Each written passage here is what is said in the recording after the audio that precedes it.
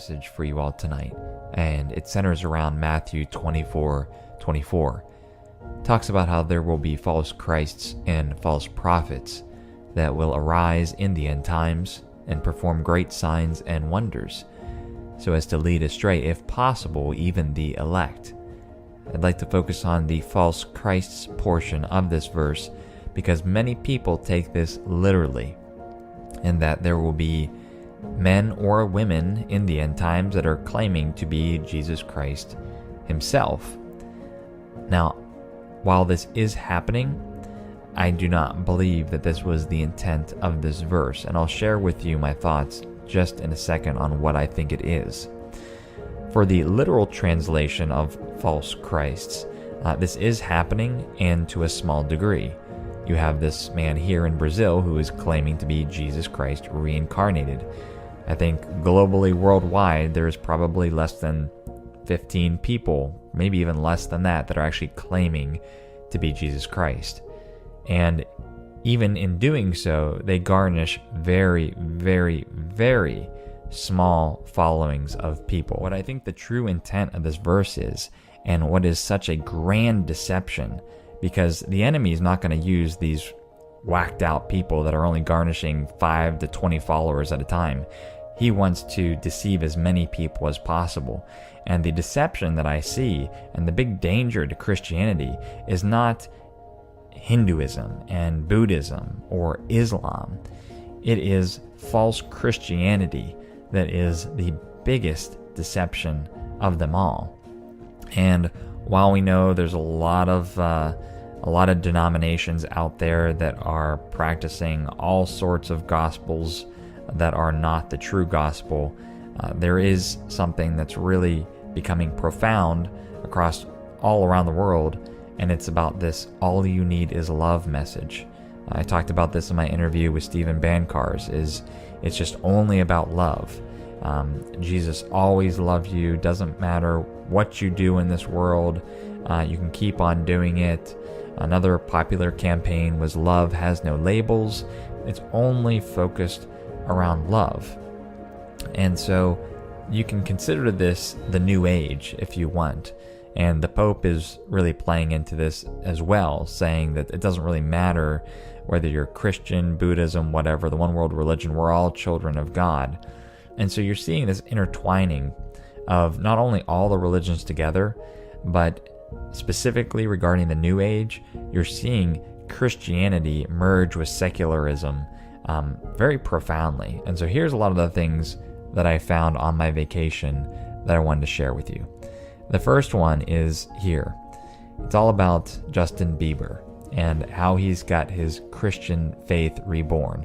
That was back in 2014, but it's resurfacing again because he just canceled his tour, and he says he canceled it because of Jesus Christ. Now, he's also stating that he wants to create his own church, which is very interesting. The reason why reporters are talking about that is because he's buddying up with Carl Lentz, who's one of the lead pastors at Hillsong. I'm not going to get into an expose of exposing Hillsong United, but it is very deceitful. And you can see here, Justin Bieber is with Carl Lentz at a bar, taking his shirt off. He's doing shots with him. There's also some rumors about exactly what this relationship is between them, because there's some very risque shots of those two. And just for a little flavor of what Hillsong does, you can check out this Hillsong London Easter special, where it is not glorifying Christ, it is glorifying witchcraft and voodoo and all sorts of crazy stuff. I mean, it's just something you want to stay away from. But again, it's about blending secularism with Christianity. Here you have Justin Bieber saying, I believe in Jesus. I'm coming back to my Christian roots. But it's a false Jesus. It's a false Christ. Here's another one. And I covered this during the Super Bowl. The Provocative Faith of Lady Gaga. This was written by the Washington Post.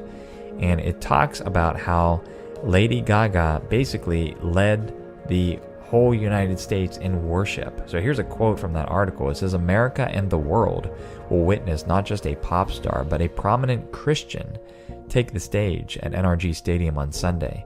The prophet and pastor will lead us all in worship. It may not look like your grandparents' church service, but her values do reflect those of Jesus Christ. Again, here you have a quote-unquote prophet and pastor deceiving those with a false Christ. And you can see her here. She is a Catholic, and she has these photos of her and a priest, just showing that she is quote-unquote religious. Here's another recent article from this last week. Snoop Dogg's new gospel album actually sounds lit. Now, if you look at the bottom here, it says, "In the name of Jesus."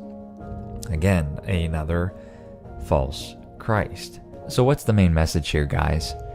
It's that in the verse Matthew 24:24 and others like it, which talk about the rise of false Christ in the end times, may not actually be pointed to people stating that they are Jesus Christ in the times that we're in, but rather a multitude of pastors, preachers, priests, and even lay persons saying, "Come, look over here. Here is the Christ. It is the Jesus Christ of the prosperity gospel of Joel Osteen." Or some others will say, "No, come look over here. Here is the Christ. It is the Christ of love, grace, mercy, and forgiveness. The all you need is love Christ, the Christ that does not focus on truth, justice, righteousness, and holiness in addition to love." Or even further, some will say, "No, come look over here. Here is the Christ. It is the Gnostic Christ, the Christ that wants you to self-elevate in occult or esoteric knowledge and wisdom as he did, so that you may set your minds free, this very new age Jesus Christ." These are the false Christs that prophecy was speaking about, and these are the false Christs that are literally spreading like wildfire all across the world.